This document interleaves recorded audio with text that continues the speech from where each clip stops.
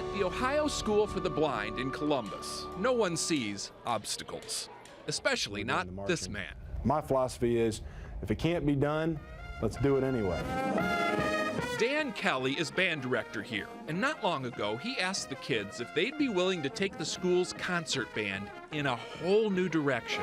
I was thrilled. Scared. I thought, how can blind people be able to do this? It was a good question. Who took my hanger? But nevertheless, the kids agreed. Got some uniforms, double-tied their shoes. And we became the first blind marching band in the land. That's right, a blind marching band. Hard to pull off for several reasons. For one, they can't see the director, although he goes through the motions anyway.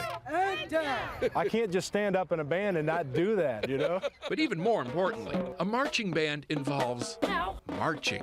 Our first goal was to see if we can actually march and stay in a line. That's the tough part.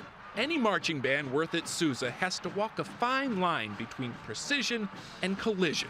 Do it right, and you make something of yourselves. Do it wrong, and you've got a trombone up your...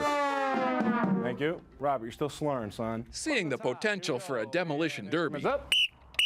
Mr. Kelly paired each band member with a sighted volunteer. Together, they now spell out Ohio in Braille. You'll have to trust me on that. They also zig and zag, and on this day would have had a flawless performance, if not for our meddling cameraman who stepped right in front of the saxophonist.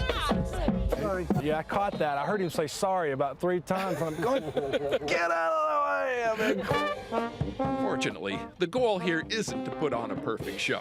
Mr. Kelly never intended to build a band worthy of the Rose Parade. All he ever wanted to do was teach these kids that nothing is ever out of the question.